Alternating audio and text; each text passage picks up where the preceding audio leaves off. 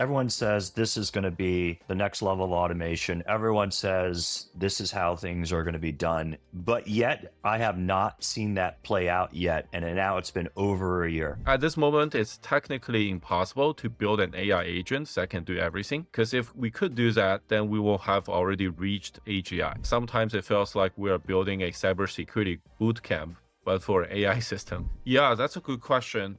I would say right now, we definitely look I can see the fires. over here. Yeah. Asking the vendor or the application developer point blank, are you training your model with my data? So I think prompting is actually a good training. Maybe it'll be a future required communication training for our managers. I think most people don't realize that really good prompts actually are quite long, right? And very descriptive in the way that they work. I stand by my initial assessment that I think elementary school teachers would make great prompt engineers. There is a very big opportunity for we as cyber defenders to take advantage of the additional automation and operate as if every one of us or every single SOC or security team has 10 times more team members without actually 10xing the team size. Are you thinking of building an LLM internally, maybe for your security team? You don't know what skill sets are required. How far are we really in the world of LLM for cybersecurity? In this conversation, we had Edward, who runs Dropzone AI. He has been working on this problem for building AI foot soldiers for your detection capability.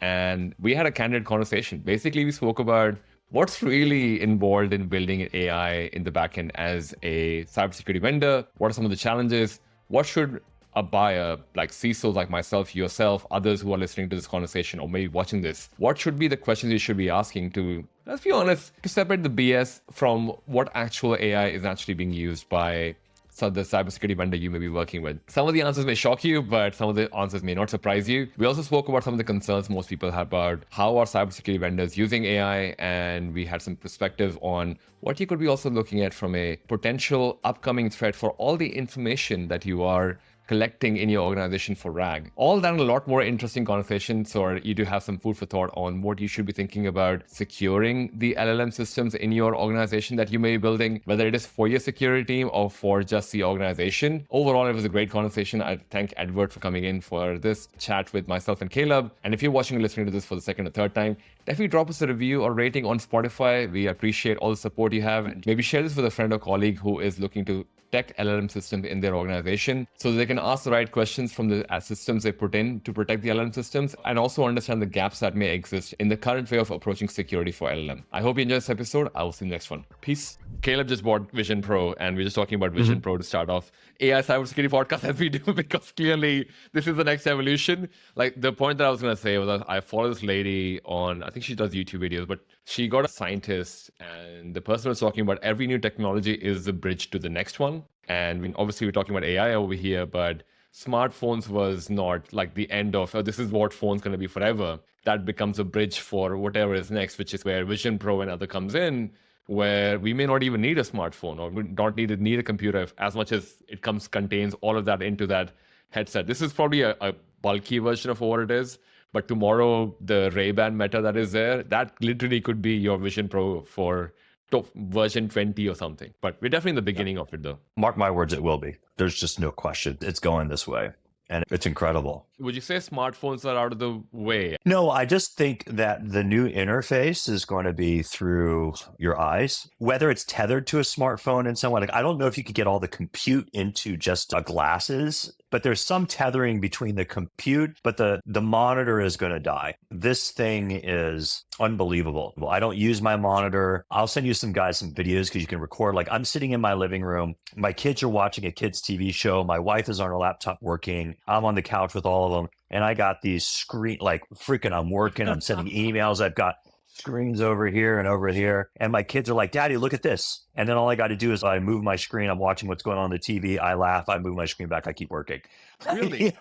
It's okay. It's the resolution. It's the user experience. And then you can like tap a thing and then you're immediately completely in a different environment. You hear the noises of the environment. You drown out everything that's around you and you only focus on the thing that's in front of you. You can do that. I didn't want to jump into this thing No, because I but got to take the freaking headset off and go old school. all right, fair enough. So we're not Oh. cool enough for Caleb now, because Hangouts in Riverside don't support Vision Pro at the current moment. So yeah, hopefully. I wonder, because I know they do meetings and stuff on this as well, but to bring Edward into the conversation, maybe it's worthwhile.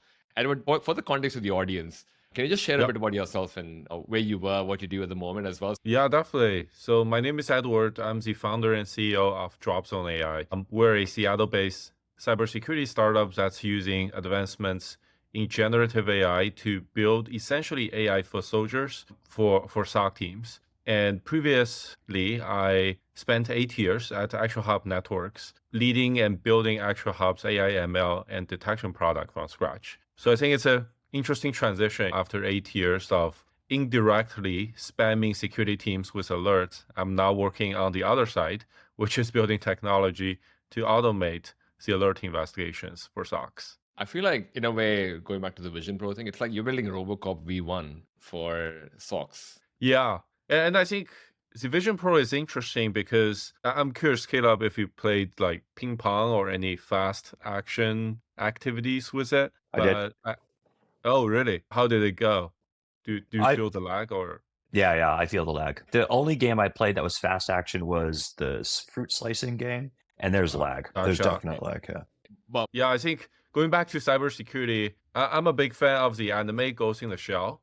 And if I remember correctly, they do a lot of what they call eye hacking. I think with Vision Pro and the whole transparency mode, where like all is essentially a 3D reconstruction of what the cameras are on the front of the headset is feeding you. Yeah, I think eye hacking might actually become a reality when some. I know people are not supposed to drive with Vision Pro, but I think there are folks who's out there driving with Vision Pro, and imagine what a hacker could do if they can tap into that. Gosh, force you to make a lane change when there is nothing in front of you or there's a semi next to you. Yeah, I think we're getting to really advanced sci-fi territory here. And maybe that's a good point to bring in the delay in like your SOC thing as well, because a lot of people are not able to respond to incidents because of the lag or because of the fact that someone has to troll through. I think there's a common example in cloud security as well, and maybe the Vision Pro is a good place to make comparisons as well, where people believe that, oh, I'm going to buy a new tool. I don't know. I'm not going to name a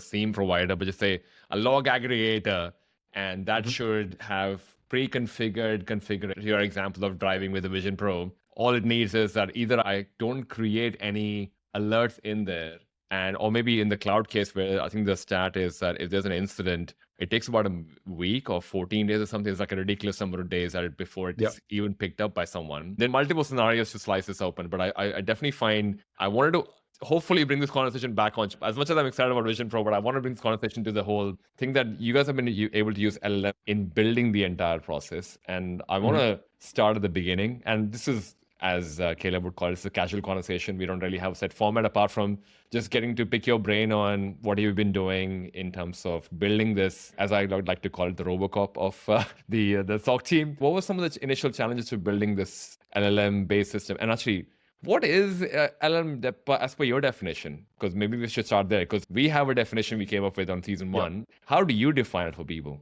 I would say, in my mind, large language model is I think fundamentally it's a new way to automate. Before large language models, we have programming, right? So that's one way to automate a certain sequence of steps as well as conditions. Then we have the traditional data science. You can feed an image to a traditional data science model. It can tell you whether it's a hot dog or a pizza, right? That's another way to automate. And I think large language model kind of offers a new way to automate. And mostly, I would say, in the form of kind of language manipulation. So that could be language compression, like doing summarization. It could be language generation, right? For example, like writing long reports based on JSONs and stuff like that, as well as logical deduction. So it's like text in and text out. So in my mind, I view it as a new way to automate. And the beauty of large language model is it has the ability to automate certain type of tasks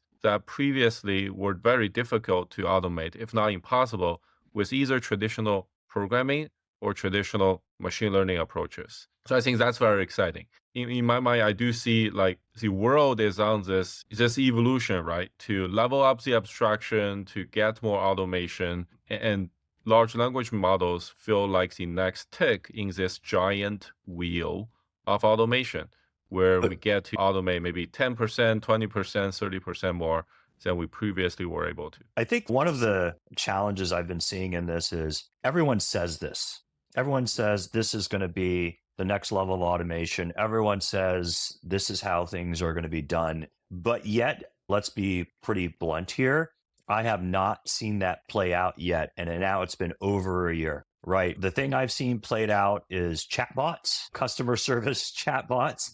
I've seen image generation. I've seen deep fakes. I've seen just writing, auto generating writing things. I've seen code helpfulness, right? But actual code automated generation, I've seen it as failure, right? Oh, I'll immediately write an entire app. That's not been working quite well. So, like, actually, in all of those, in most of those, minus like building an app automatically, automation I've not seen a good example of, I think, AI and automation. Ashish, is that like, what have you seen in this? I was gonna say, because I think so. I was thinking of examples where you can create your own avatar, you can have Chat GPT kind of text chatbot thing. But to your point about automation, maybe the Zapier integration with Chat GPT is the closest one that comes to automation, but it's not cybersecurity automation. It's the fact that I have a certain event that happened and I can trigger the fact that my email calendar needs to be like more consumer based, but I don't think anything enterprise ready even made it Nothing. to a point of conversation that, oh, yes, this is automation. And hopefully, I don't know, Edward, I think you're obviously working on this deep root. So what is your stand on this? Because when you say automation, Yeah. Why is that? Yeah. My question actually to Edward is, why is that? Why have we not really seen, at least in my view, actual automation, either consumer or enterprise wide? And you've built this product that says, okay, it does it. Like, why haven't we seen that? And what's been the challenges? Yeah, I think a big part of it is the technology takes time to mature. I think the public haven't seen a lot of AI agents or complete large chunks of work being automated. But I do see, for example, you go to Y Combinator, for example, I think somebody mentioned like 70% of the companies in the latest batch are trying to, leverage Gen AI, and a big chunk of them are trying to build what they call AI agents, which is a term at least within the startup community, that's used to describe these kind of more complex applications where the system is able to autonomously perform larger chunks of work versus a chatbot, right? A chatbot is like coin operated. You have to prompt it and message it, and then it will do something for you. But you need to keep like chatting with a chatbot in order to get it to do real work. Versus this notion of AI agents, which is like more operating as a human team member level, where you toss a project to the agent, like for example, go research this company and tell me like who is the CEO and some background information. An AI agent will be able to take that direction as input and decompose the question or the task into smaller pieces, and then use large language models as well as other techniques to execute each of the subtasks. So I think probably the biggest thing is there are a lot of people working on this, but the technology definitely takes time to mature. And one thing I will also add on top of that is at this moment, it's technically impossible to build an AI agent that can do everything, right? Because if we could do that, then we will have already reached AGI. So a lot of people are doing right now is building domain or work-specific AI agents. For example, at Dropzone, we're building an AI agent that's specifically designed to replicate the thought process and techniques of human SOC analysts. There are other vendors, like I think another probably pretty famous one is called Harvey. They are doing like AI agents, but for lawyers and legal teams. So I do think the new wave of AI agents and the systems capable of more significant automations are coming. But it just takes time to build up the technology, take time to adapt the technology to a specific application domain. Like I always joke with our engineers that sometimes it feels like we are building a cybersecurity boot camp for an AI system. Would you say, is it because a lot of people also think that you also need the right data to train your model as well. So is it because there's lack of data? Or that could be also a reason why there's not enough automation or we haven't reached that advancement, because we've been doing, I don't want to, again, I don't want to dish any cybersecurity vendors out here, but I definitely feel everyone uses the word, oh, we have AI, we have Gen AI, but to what Kira mentioned, most of the cybersecurity products, when they say AI right now, they generally mean a chatbot, but they were talking about AI like way before ChatGPT came in as well. Yep. As a CISO who's listening to this conversation going, which one is the right AI? I don't even know which one is the right AI. It's like we're talking about way up there for automation. And to what you said, Yep. technology-wise, we're not there. How does one know which one is Gen AI, which one is, I don't know, like the whatever the previous AI used to be before ChatGPT became a thing? What questions do you ask in order to filter the BS? Yeah. That's what she's, I think everyone says that they're going to have AI. Everyone talks about their products being, and everyone says this is like, how do you know? How do you filter that out? What is the right way to do this? Being as independent as possible. Yeah. Yeah, that would be great. Yeah. I would say, in my experience, given I have built an AI ML-based detection product from scratch for 8 years, I would say at the end of the day, AI as a how, right? AI is like a tool in the toolbox. In my mind, with a data science background, I think AI is like the nuclear bombs in the toolbox, meaning it's great for certain things, but it doesn't make sense to use it everywhere. So I would say the number one question I would recommend buyers or practitioners to ask their vendor is to figure out like exactly which part or which feature in the product is actually using AI. Because it's like you go out there and buy lobster ravioli and you start to wonder what percentage of this is actually lobster, right? You might get a little bit of lobster, you might get a ton of lobster. It's hard to tell. And I think AI sometimes have the same issue. There are definitely security vendors who's like sprinkling a little bit of AI in kind of obscure places just for the sake of, on the marketing side, they can say they are using AI. I think using AI is not important. What's important is where exactly you are using AI. Like one example, obviously a lot of detection vendors will say they use AI, but a concrete question to ask would be like, out of the entire pool of detectors you have, what subset are actually using AI? Is that 100%? Is that 1%? So that definitely, I think, is a great question to really get to the bottom and force the vendor to clarify where they are using AI. And once they clarified where they are using AI, then the follow-up question becomes, can you give me a concrete example of AI making a difference here? Because a lot of times, again, some vendors will apply AI for the sake of applying AI when the capability might work perfectly fine, or even better if they just wrote a few lines of code. So that's where, again, AI is not a great fit for every single use case. So when you figure out where a vendor is using AI, you should be asking for yourself,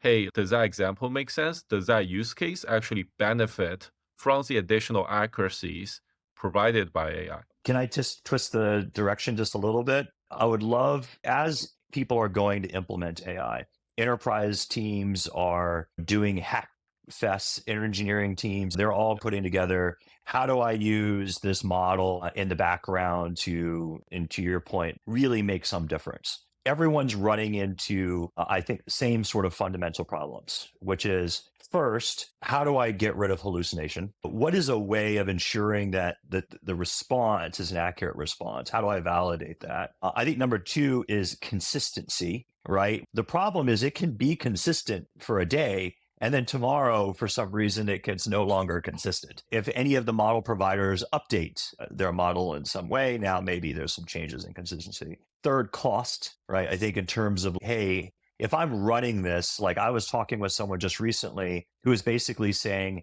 that every single message and email that goes through the company is they've connected it. So it's now going through some AI model. My first question is, whoa, is that expensive, right? Like, so do you have any sort of advice or thoughts on people who are building AI products or doing it internally as glue and code in an enterprise to help solve some of those challenges that you, I'm assuming, have already gone through or are going through? Yeah, definitely. Maybe we can cover those in reverse order. Cost is probably the easiest to work with. Obviously, the large language model providers, especially the the commercial ones, right? Like OpenAI, Azure, as well as other players, they are participating in a gigantic arms race, which means fortunately the cost for the models are decreasing. Yeah. For example, last year, I think OpenAI probably cut the price of majority of their models or updated newer versions that are more cost efficient by at least 10 to 20x. So that's one thing to note on pricing is they are going to become cheaper. However, I think in the example you shared where sending every email to large language model, I've heard some folks trying to send every SIM logs to large language model. I felt, yes, the cost reductions is going to be here. Probably the end state, I will anticipate the models to be at least one order of magnitude cheaper than where they are today. But I don't think even with that reduction in place, it makes sense to throw every single email or throw every single log into a model. What I do think make more sense is combining traditional programming or heuristics and along with the AI model. And what I mean is by that is if you think about in this kind of quadrant of analytical capability versus cost, right? Model is very expensive, but they have very strong analytical capabilities. Regex is very easy to run because they are cheap, but they don't have a lot of analytical capabilities. So one approach is to actually combine the two, right? Run some detection heuristics, run some regex against your emails or logs first, and then for the ones that are interesting for or flagged, then feed them into the model. So I think this kind of hybrid approach will make more sense, especially if you're dealing with a large volume data source. Like feeding everything to the model, I don't think it will be cost effective anytime soon. So that's on the cost. And then I want to touch on hallucination as well, because that's everybody use ChatGPT has some experience of the system hallucinating every now and then. I would say like probably two things. One is to clear the room. There is no guaranteed way to completely fix hallucination right now. That's one thing to keep in mind. However, for specific use cases, there are absolutely ways to drive the hallucination down and minimize the hallucination to a level, I would say, in our experience, it's equivalent, if not better, than a typical human. Because we as humans are also not perfect, even though most of us might not admit to that. So in terms of technical tips, I would say for hallucination, probably the biggest tip I have, as well as we learned in our journey, is to minimize the opportunity for the model to hallucinate. What that means is, for example, if I ask like Caleb or Ashish right now, you guys right now, like how much revenue Microsoft made in the most recent quarter, it's very difficult for you to answer that on the spot, right? Because you don't have that information in your head. Most people don't have that information in your head. And that's also where a large language model tend to hallucinate, which is when it doesn't have that information right in front of it, it's trying to make an educated guess. And that's oftentimes where some of these inaccuracies come in. But there is a technique called RAG, which stands for Retrieval Augmented Generation, that is commonly used to help with reducing hallucination. And what you can think of RAG is, it's essentially a cheat sheet. So when I ask you guys, what is the revenue of Microsoft in the most recent quarter, it's very difficult for you guys as a human to answer that either as well.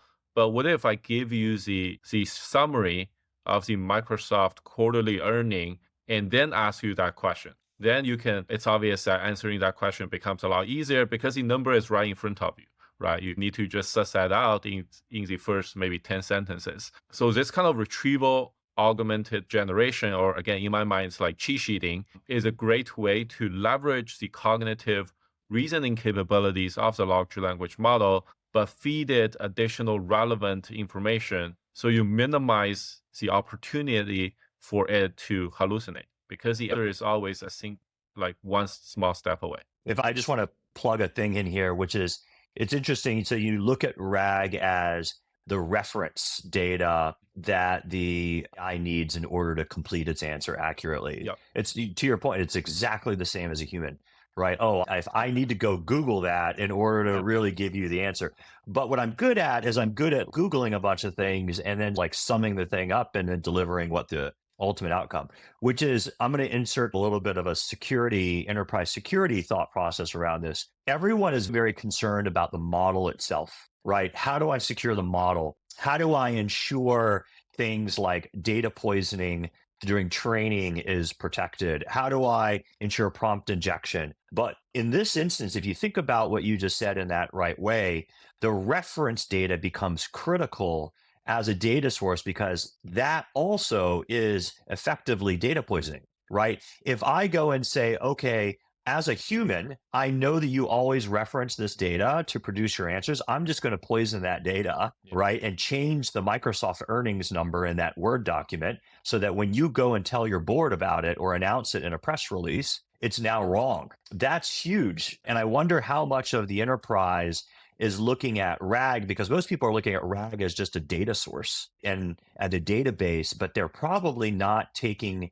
the same level of criticality in terms of, I need to secure this, right? That ultimately, if that's the reference source for an AI, if you're in an enterprise, you've really got to treat that the same level of criticality as a model. How does data get into it? Even it's not going into the model, it's going into its reference data, but that's just as critical. And today, I think most enterprises are basically treating RAG as a pipe everything in it, right? Confluence pages, Word docs, Excel, like all of these things are just being dumped into a RAG. When in reality, that's going to be just as critical because it can screw with the way that the AI itself is outputting. Is there current security capability to protect RAG? Obviously there are different providers for it, but have we come to that point where we understand? Because you know how sometimes when product starts, like ChatGPT didn't even have MFA for a long time, and I don't think it still has MFA. So a lot of people would think, oh, if I'm using a commercial version or enterprise version, I at least need MFA. Similarly to that, in whatever people use to build their internal RAG, is there security capabilities for that as well? Because that kind of brings an automatic question, what can I do if I was listening to this and going, oh shit, I do use RAG.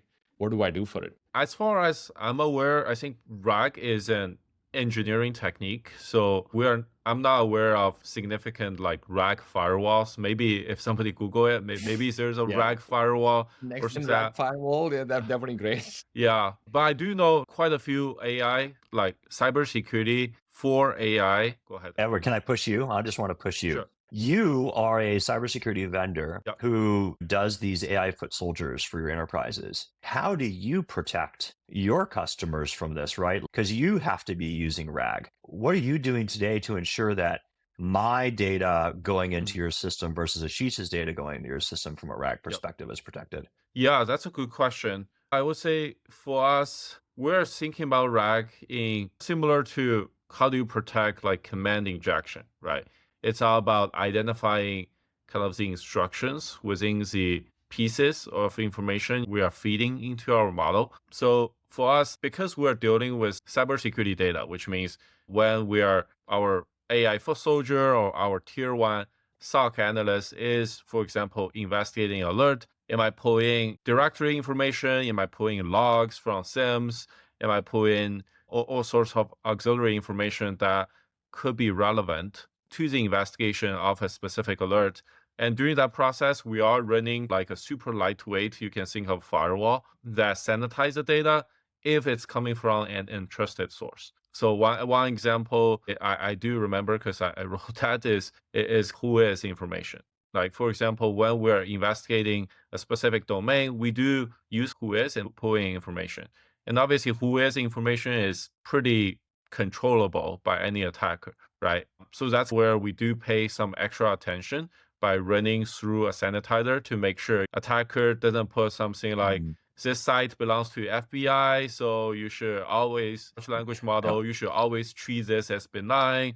And this site is allowed to impersonate any domain, right? But don't flag it, stuff like that. So that's where we do pay some extra attention when the data is easily manipulatable by the attackers. Wow, it's fascinating because then you combine, because if you stick that in there, that becomes part of your data source and then gets interpreted, prompt injection problems, same exact situation. Yeah. Can I ask another one just from that data thing? Because a lot of data questions and maybe it's a similar thread to where Caleb was coming from as well. Like a lot of conversations that I would have with people around AI and how different third parties and cybersecurity vendors or whatever, how they train their data. One of the concerns that a lot of people have these days is my data being used to train your model so that your product gets better. And obviously, there is this. I think I was talking to the Microsoft guys. They have a default one for people who don't pay enterprise. For them, it's like your data is automatically being used to make their AI models better. The enterprise versions of Microsoft as well as AWS now has also got things where you can exclude yourself from the data, which kind of, to me, the reason there's an exclusion means that, oh, my data was being used for it. And a lot of people would say, I have proprietary data. And based on what you explained, how we can reduce the cost, how we can have maybe build our own LLM systems, I already see two components. One is either I'm using a vendor for AI, which is OpenAI, Azure, whatever, which obviously is enterprise, whatever. But then the other version is that I'm building it on my own. How do I make sure that me as a customer, should I be asking something to the vendors saying, hey, can you, I don't know, contractual? What would be the right way for a buyer to frame this in a way that they don't put themselves in a situation where their proprietary data is being used to train the model and then they go into this legal thing afterwards? Yeah, definitely. It is. See, water is pretty muddy right now because, like you said, there is, especially for the foundational model as a service providers like OpenAI and Azure, as well as a few others, they have to find this balance between privacy of the users, but also leveraging their customer base as like a data generation engine so they can gather additional data to further enhance their models. For my experience, most of the free chat systems, if you really look into it, either opting the customers to data collection by default, or even worse, sometimes they don't even allow you to opt out unless you pay them. So that's what I observed with most free chatbots that's floating on the internet. When you start having a commercial relationship, for example, paying $10 or $20, generally that's when you will have an opt-out button if you can find it. But the unfortunate reality, I believe, is most people don't have the knowledge to actually look for it and find it and turn it off, which means I suspect the majority of the paid chatbot users are still unknowingly opt in to the data collection. And then for the APIs, so for the developers, from my experience, I've yet to see a foundational model as a service provider who do not by default opt out the developers from the data gathering, because they understand that as developers, like, people are obviously very nervous of the vendor or the foundational model providers themselves, like leveraging their data or their customers' data to improve the model. So on the API side, it's actually pretty good, I would say, where most of the providers are opt out by default. I would say from an end user perspective, I definitely would recommend like asking the vendor or the application developer point blank, are you training your model with my data? And once you get an answer from that, kind of dig a little bit further. Are you using any foundational model as a service providers?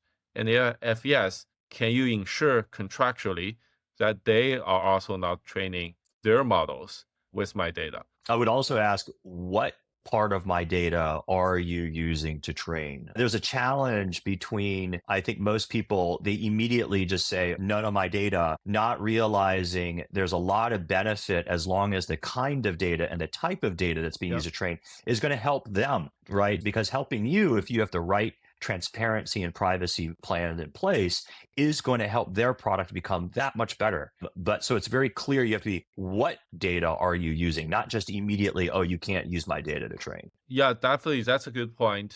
For example, for us, we take the stance that we do not train our models using plain text customer data, but we do gather de-identified or sanitized telemetry from our customers' engagement with our system in order to improve the product. And I think the real world have plenty of similar examples. Like one that I generally use is medical doctors. Obviously, there's PHI, a lot of sensitive information, so you cannot just patient information into a central repository for all the doctors to learn and educate themselves. But medical doctors, as you guys probably also have seen, many of they share de-identified case studies, right? That's what they include in publications, in papers. So I think that is a good model that I think large language model based application developers can leverage, where you scrub out the sensitive information and you only use the de-identified telemetry or de-identified case studies to improve your product. And also, like Caleb said, it's very important where transparency and giving customers the ability to see what kind of telemetry, what kind of data is actually being persisted by the vendor will also make a difference. I also feel for people who are trying to build this, and obviously you've done this yourself, Mhm. for going back to where the beginning of the call, people trying to build their own LLM. I was talking to someone over here. They were talking about having multiple foundational models being used and interacting on, and each business unit wants to make their own LLM systems, but then they also want to interact with each other as well. To give some practical sense for people who would think that they can maybe build I don't know, an LLM for their own cybersecurity team to reduce whatever, increase productivity, insert reason here. What is a capability required in the team to even make this happen? Like, clearly, it's not a cybersecurity job. There's not a skill set for cybersecurity people to make LLMs. What is a team skill set people would need to even do this in their organization for cybersecurity? They just had to do that. Yeah, that's an interesting question. In my mind, the GPT, the assistant interface that OpenAI has made, to some extent, reduced the technical knowledge needed to build an AI bot or a chat bot. I would say before that, you do have to obviously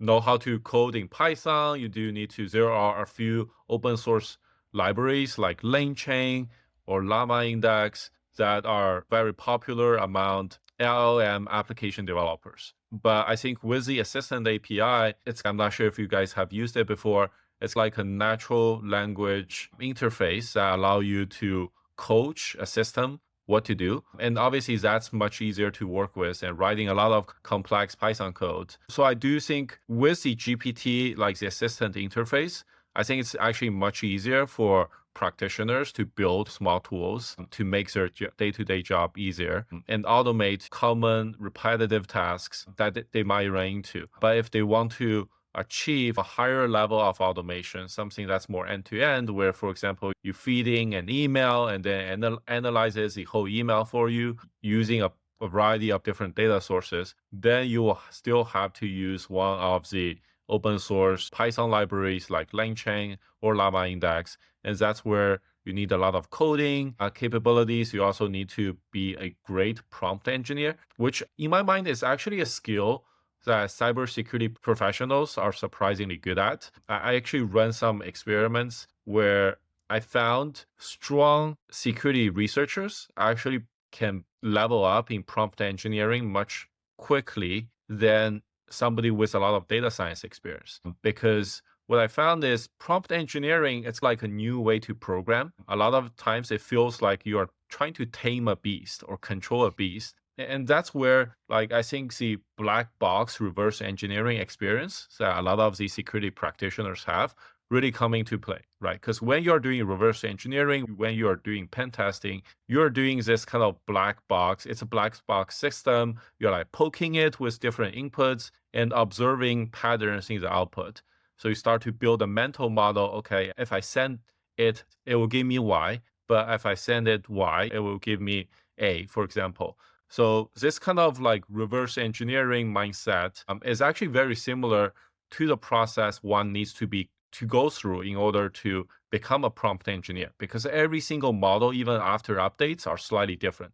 Certain models are good at certain things while the others excel at different places. And you do have to, again, it feels doing a black box pen testing or reverse engineering. You do need to poke at the model with different inputs. And then mentally, it's a very subconscious thing, build a mental understanding of how the model actually is doing. So I actually found a lot of cybersecurity practitioners can quickly level up and become a prompt engineer because the process is very similar to a black box pen test or reverse engineering. I think the challenge is learning prompt engineering and where do people start. And that is going to be an interesting aspect of this. Is everyone knows about it, but there's not like this is the best way to go learn. There's so many different tutorials and so many different places to go learn this. I would love to see prompt engineering tutorials specific to the kinds of roles that are needed. If you are a detection engineer, here is a good 1 hour, 2 hour session to go learn the prompt engineering that matters to you.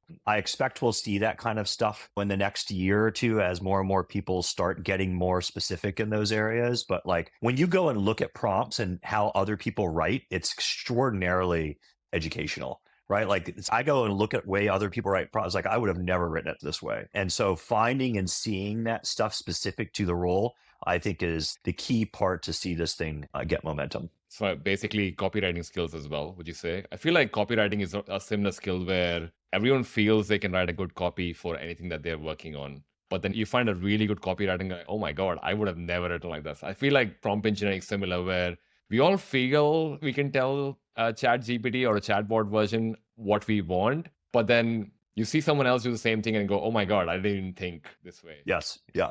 I saw it was how to take some idea and then display it in the way that a hacker would do it. And I was like, oh, I could think I would write a prompt. And my shortcut is I take whatever other way I would write a prompt and then I go to prompt perfect.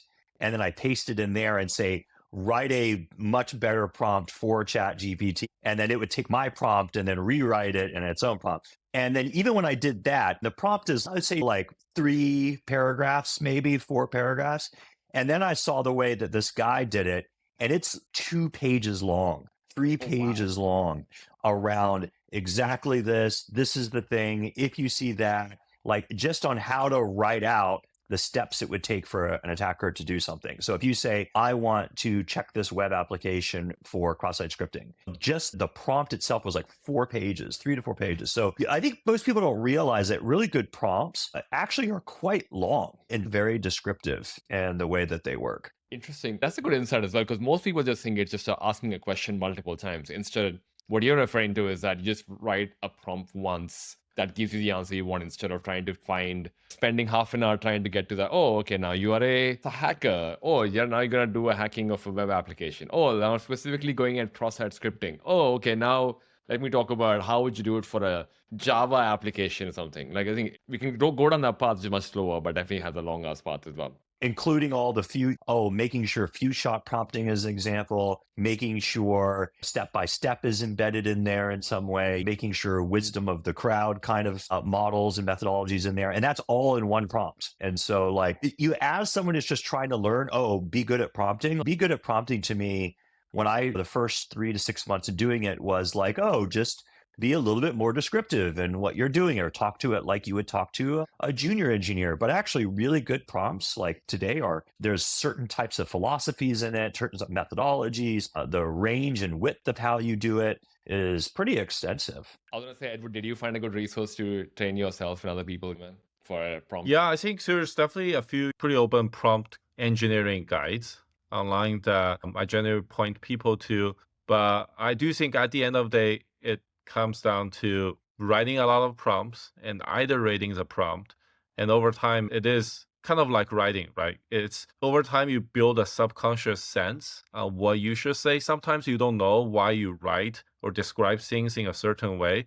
But after just a lot of repetition and experience, okay, if I say this in this way, the models will get it. If I say it in other ways, they won't. I do think it's like writing, like Caleb is pointing out. Yes, prompts are natural in natural language, but I do think them as it does require a very unique or special writing style that's not very natural to most people. I think especially if you look at a lot of the prompts, it reminds me of a little bit sometimes like SQL, where you are trying to use natural language to really build a logical representation declaring what you want, rather than we as humans, I think we have a tendency to always be vague, right? You talk to your spouse, hey, get me some apples, but you don't describe what kind of apples do you really want, how many you want, things like that, where if you look at a lot of the prompts, you can see like most of them really are very specific and super precise.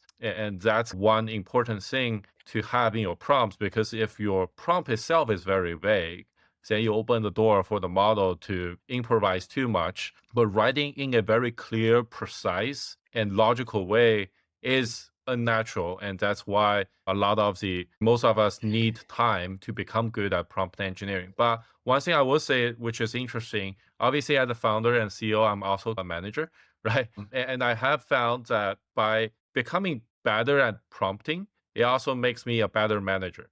Because when Yeah. I talk to my team members, the language I use is a lot more precise because now I'm used to talking to a large language model where I need to dial up the precision to Mhm. 100%. But so when I talk to my team members, obviously I don't need to be as precise, but being more precise actually makes me a more effective and better manager because the opportunity of miscommunication is a lot less when I'm very precise. So I think it's actually a good like learning experience for me to learn how to communicate very precisely. So there's no ambiguity and I clearly state what I want. Because nothing is worse than the manager telling you something, you thought he or she wants X, but he or she actually wants Y, right? Mm. So I think prompting is actually a good training. Maybe it will be a future required communication training for all managers. I stand by my initial assessment that I think elementary school teachers would make great prompt engineers. Ah, yes. Yeah, they naturally know how to be very, this is what you do, this is how you do it, very precise. I was gonna say I probably would blame Google for the vagueness that most of adults are into now, because if you think about how AI was used by Google, people just type in, to your point, I want apple. You don't describe what kind of apples. Oh, would you want a green apple? Or would you want a red apple? Is how Google taught everyone, and the autocorrect that we came up with. So most of us were drawn in the direction, hey, you should not think too much. Just tell me something, and imagine years of it where Yep. I don't know how long Google has been. So a lot of us actually have lost that trait of we would have been specific much earlier when we were in schools. But now we're basically being taught by everything around us, including text messages, Google, or wherever you go. Or did you mean this? That's a very common thing. And it's almost like I feel like to what you guys are saying as well.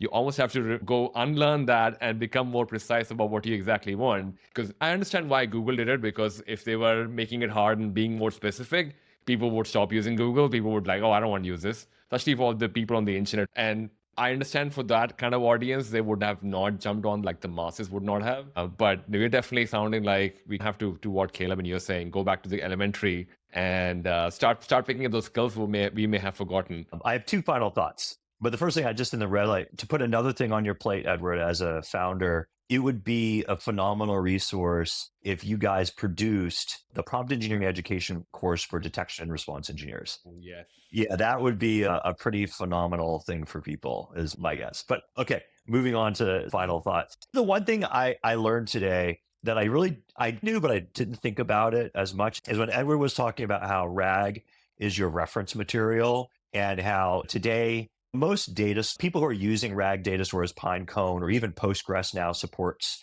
RAG, like these kinds of data stores as a database. And usually the kinds of things that the only security, like most databases, role access, right? Okay, this role can access this table, blah, blah. Just in similar, I think the light that went on was it's so important to treat that reference store with criticality from a security perspective. Although I knew it, the light bulb, I think, didn't really come on until Edward was talking about it being your reference material and just how critical that is. And so from the reputation of the data sources and the data pipeline you have and bringing that stuff into RAG and how you think about the material that's going in there and the kind of sources that you search when you do RAG, right? If a random employee has the ability to search all of the RAG or a large majority, how it could be poisoned by some random even Whois query or random document that an employee writes on their desktop. It really is an important part of ensuring